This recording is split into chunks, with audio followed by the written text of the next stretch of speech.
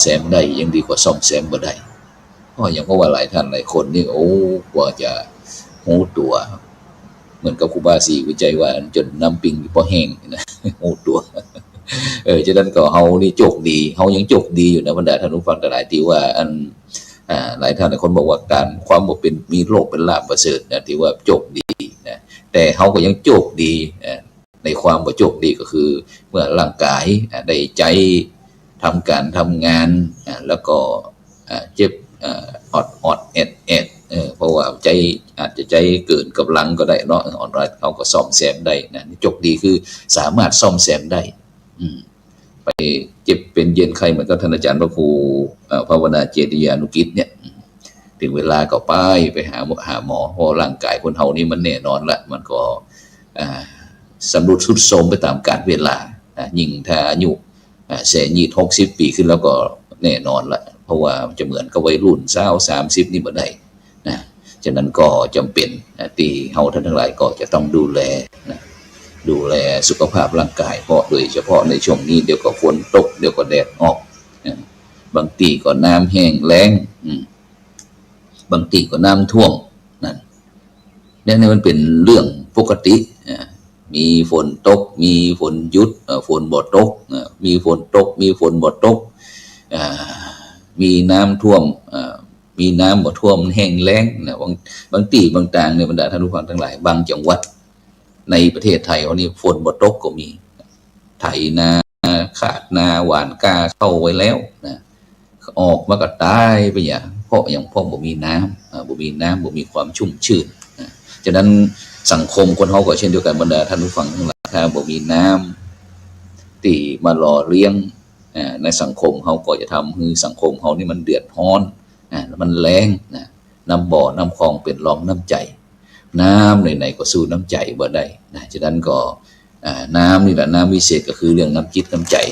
ที่มวลมนุษย์เพื่อนร่วมโลกได้มอบให้กันซึ่งกันและกันบ่ว่าจะเป็นชาติเชื้อชาติศาสนาใดก็ตามนะเมื่อได้รับผลกระทบแล้วเขาก็จะมีน้ำนี่แหละน้ำวิเศษน้ำทิพย์นี่แหละก็คือน้ำใจเข้าไปช่วยซับกันอย่างตัวนี่ก็ได้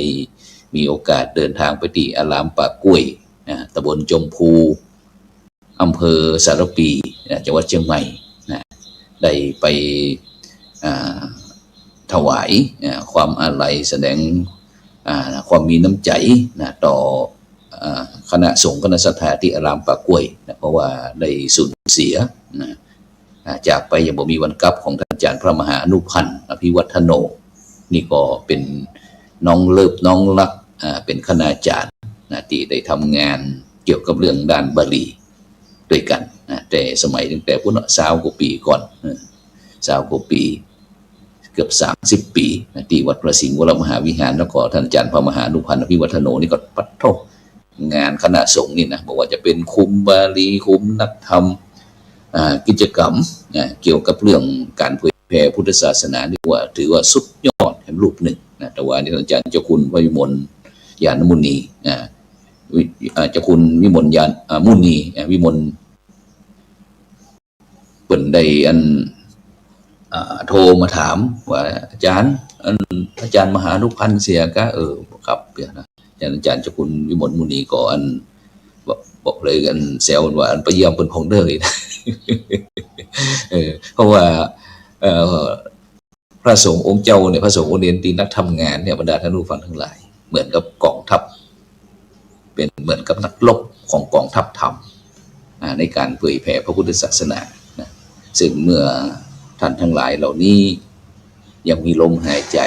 มีกำลังวังชาดีๆทำการทำงานนะก็ไม่ได้คิดถึงสภาพตัวเองนะแต่เมื่อได้เจ็บเป็นเย็นไข้แล้วตรงนี้น่าเป็นห่วงนะฉะนั้นเราบางครั้งว่าครูสุคนก็มีโอกาสได้เดินทางไปที่โรงพยาบาลมหาราชนครเชียงใหม่โรงพยาบาลแห่งโรงพยาบาลสงฆ์มหาราชนครเชียงใหม่เนี่ยนะซึ่งก็มักจะ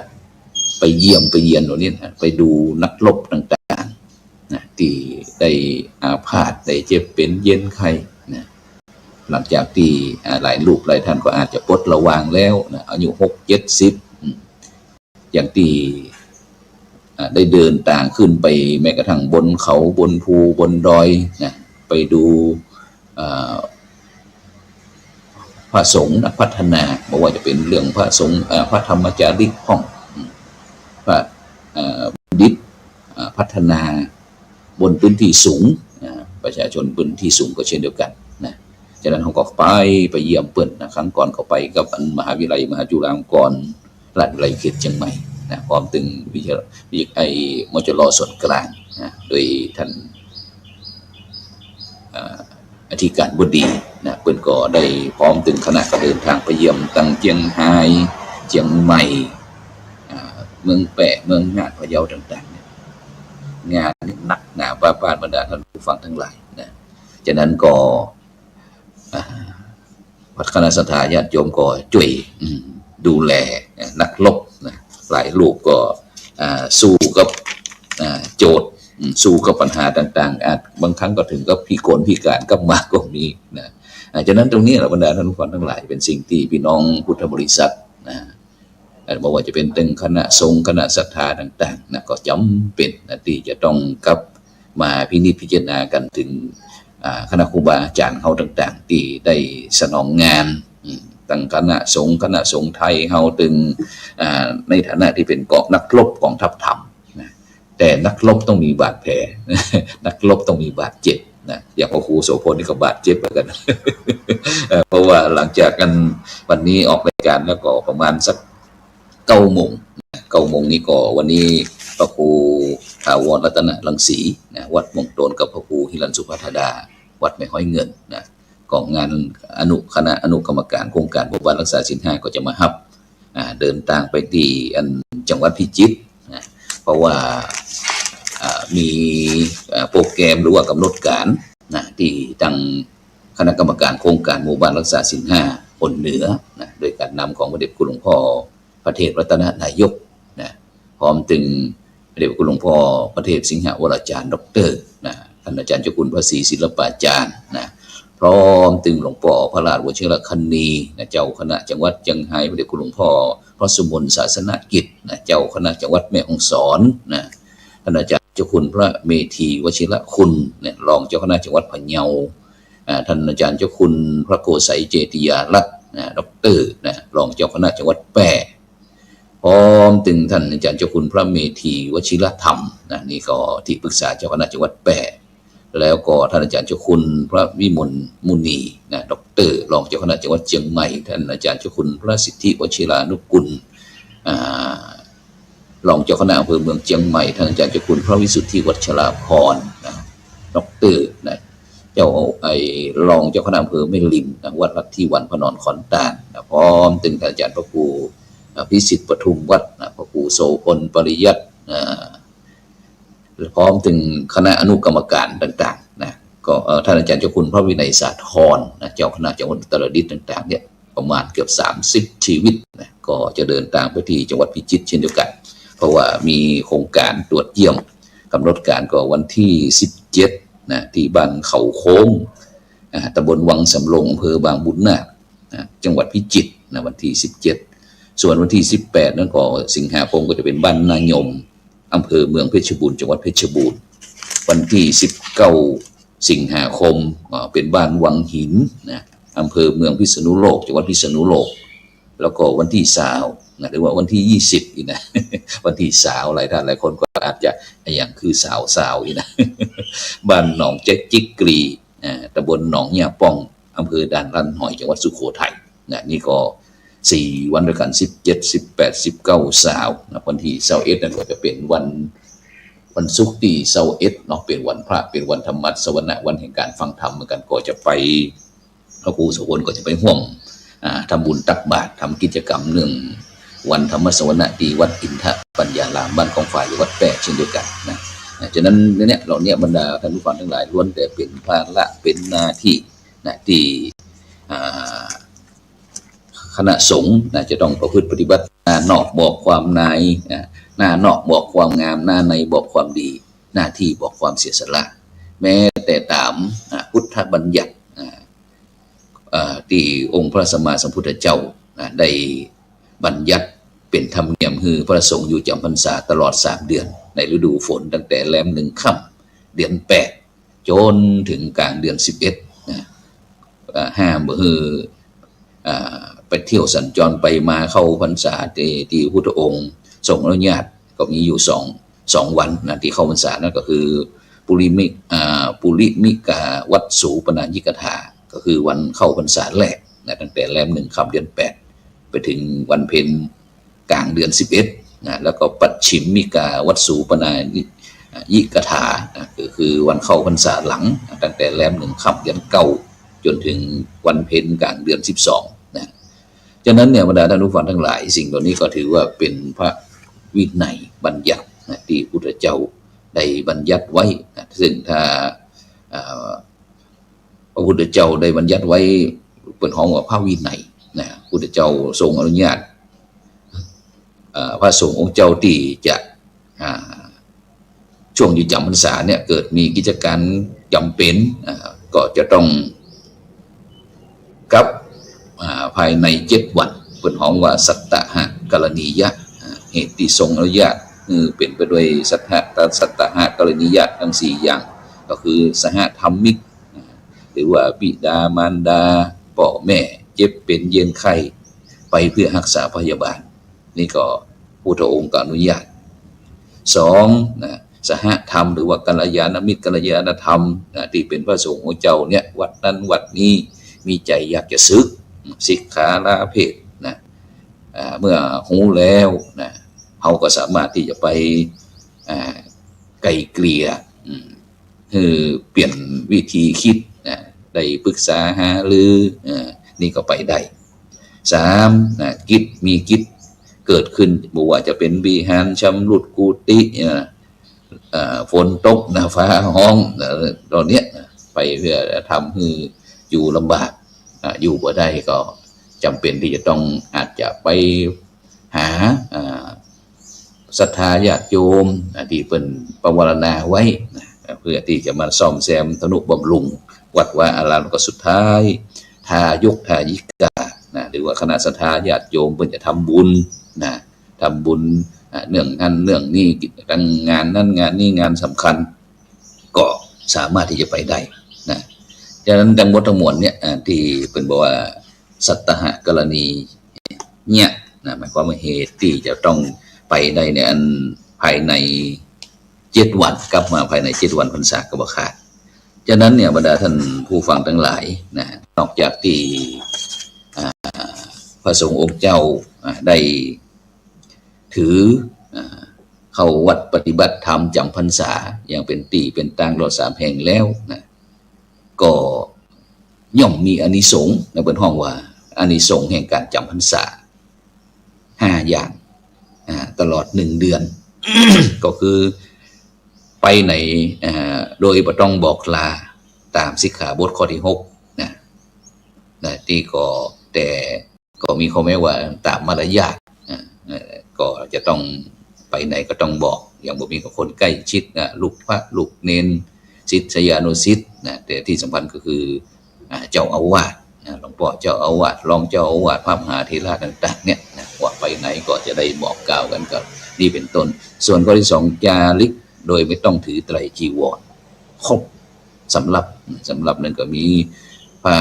สบงมีผ้าจีวรมีผ้าสังฆานะผ้า3 ผืนนี่นะแล้วก็ฉันคณะโพธิก็คือฉันเป็นหมู่ที่ล้อมวงนั่นนะแล้วก็สามารถที่จะเก็บอันจีวรได้ตามปรารถนาและสุดท้ายก็จีวรที่เกิดขึ้นในที่นั้นก็เป็นลาภสักการะต่างก็จะเป็นของเหมือนกับบอกอยู่วัดนี้เวลามีลาภสักการะมีอย่างต่างๆที่เข้ามาเนี่ยก็จะเป็นของพระผู้ที่จำพรรษาเป็นอันดับแรกนะฉะนั้นนี่ก็คืออานิสงส์เรื่องการจำพรรษาฉะนั้นบรรดาท่านผู้ฟังทั้งหลายวันนี้นั่นก็อย่างตะกี้นั้นก็ได้เอาข่าวแม่ครูอันคำป้อเมืองฝางนะได้มาอู้เรื่องโหยแซ่เพราะว่าในปัจจุบันนี้เขาต้องเข้าใจสักหน่อยว่าในปัจจุบันเรื่องการตั้งโลกเขาเนี่ยจำเป็นที่จะต้องดำเนินชีวิตความเป็นอยู่ คือหลอดตลอดหลอดฟังนะก็โดยเฉพาะเรื่องเป็นยุควัตถุนิยมนะเป็นยุคที่จะต้องใช้เงินใช้ทองนักนะเป็นว่าเงินเนี่ยมันมันมีระยะอย่างคือทุกสิ่งทุกอย่างง่ายนะฉะนั้นเนี่ยบรรดาท่านผู้ฟังท่านผู้ชมทั้งหลายก็จำเป็นนะที่จะต้องเรียนรู้มีความรู้ตั้งโลกนะเรียนมาเพื่อที่ทำงานหาเงินเลี้ยงชีวิตนะเมื่อถึงวันสุดท้ายนะก็บ่มีโอกาสใจมันแหมมันจบเพียงแค่จากนี้ตัวอันแต่บรรดาท่านผู้ฟังทั้งหลายสิ่งที่จะติดตามของเขาก็คือเรื่องความรู้ทางธรรมความรู้ทางธรรมนี้สามารถติดตามตัวเขาไปทุกภพทุกชาติเป็นการเรียนรู้ด้านภายในรู้เรื่องกายเรื่องใจเนี่ยคือชีวิตจริงชีวิตแท้ทำให้เขาตื่นขึ้นจากการหลงโลกมาน้อมรับเอาพระธรรมส่องแสงสว่างเข้าไปในใจเขาเพราะฉะนั้นเนี่ยบรรดาท่านผู้ฟังทั้งหลายการได้เกิดมาเป็นมนุษย์ถือว่าสุดยอดแต่ถ้าเขาบอกรู้จักกายใจนะของตนเองแล้วก็ถือว่าเสียโอกาสครั้งยิ่งใหญ่ที่สุดเพราะฉะนั้นเนี่ยท่านทั้งหลายการรอบรู้การรู้ตัวการรอบรู้ตัวของเขาเนี่ยนักมหาศาลหูมดนะแต่สิ่งที่เราไม่รู้คือไม่รู้จักตัวตนนะแล้วเขาก็จะพบความจริงลึกซึ้งที่ว่าในที่สุดชีวิตของเขาท่านทั้งหลายอยู่ว่าตัวนั้นไม่มีอยู่จริงร่างกายก็เป็นเพียงสิ่งที่เขาอาศัยเขายืมของเปิ้นมาใจเป็นชั่วครั้งชั่วคราวถึงเวลาเปิ้นก็เอาคืนนะซึ่งร่างกายคนเราประกอบด้วยธาตุดินน้ำลมไฟธาตุทั้งสี่เนี่ยเอามาประกบกันเอามารวมกันเป็นจื่อพระครูโสพลพ่องมหาชลินพ่องเป็นนายนั่นนายกนายขอนายคอนายงอต่างๆแล้วเนี่ยเป็นแต่สิ่งสมมติทั้งหมดเลยฉะนั้นเนี่ยคนเฮาถ้าฮู้จักปอในความต้องการก็จะทำให้เฮาท่านทั้งหลายเนี่ยมีความโลภน้อยลงน้อยลงน้อยลงนะแล้วก็เฮาก็บ่ได้ไปเบียดเบียนตนเองแล้วก็คนอื่นน้อยลงไปด้วยฉะนั้นเนี่ยบรรดาท่านทั้งหลายผู้ฟังทั้งหลายเฮาควรจะยินดีมีสุขยินดีมีความสุขในสิ่งที่ตนมีอยู่บ่ดิ้นรนแสวงหาในสิ่งที่ยังขาดอยู่จงแสวงหาเท่าที่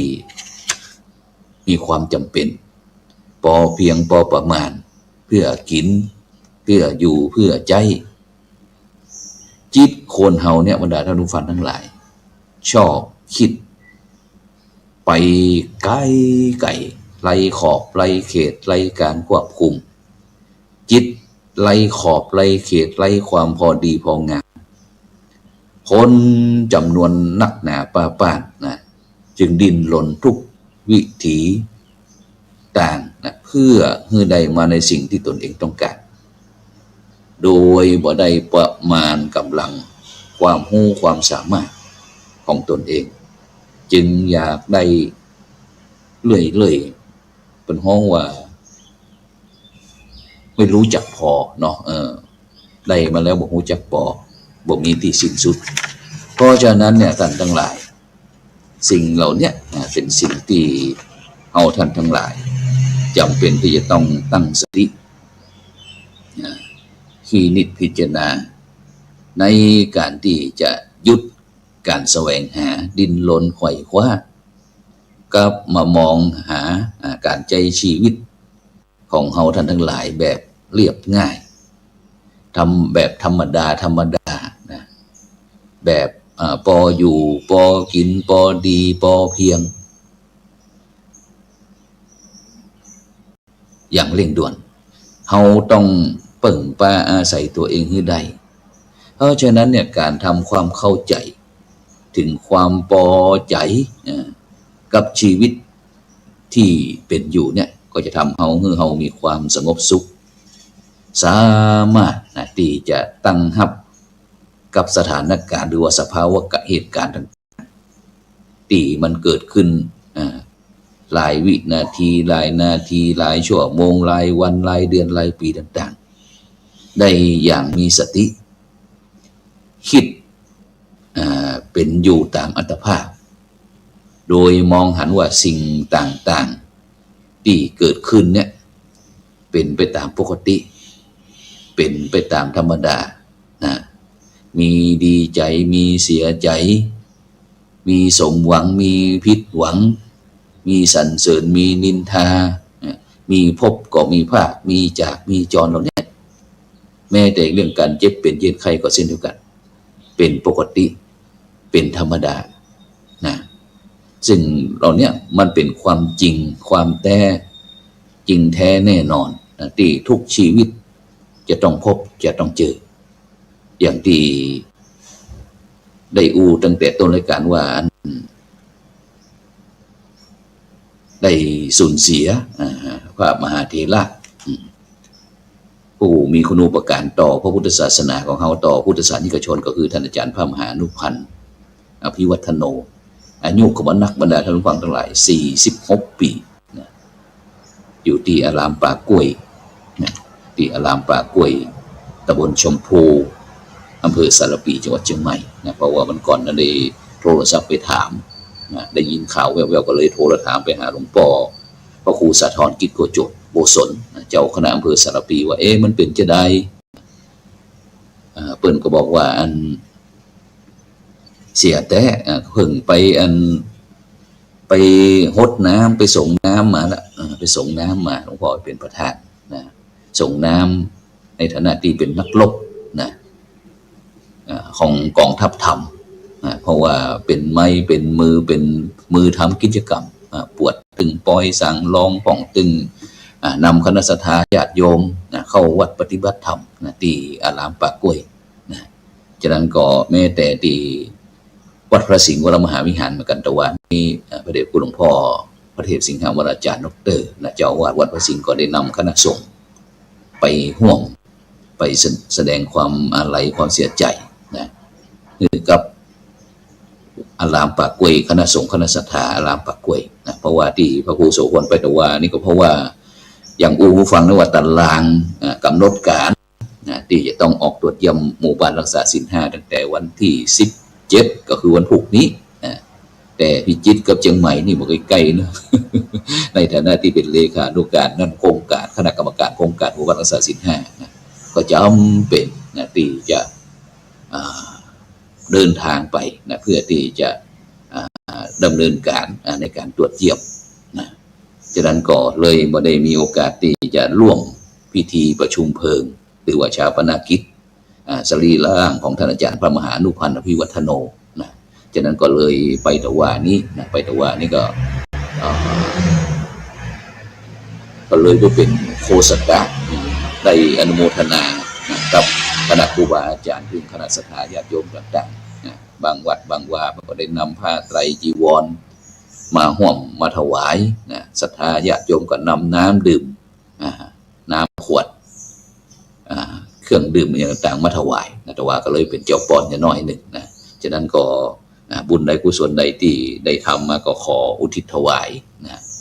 นี่คือท่านอาจารย์พระมหานุพันธ์อภิวัฒโนอภิวัฒโนอายุ46 ปีที่ประธานที่พักสงฆ์อารามป่ากล้วยคือไปสู่สวรรค์จันทร์ฟ้านิรปะตามความ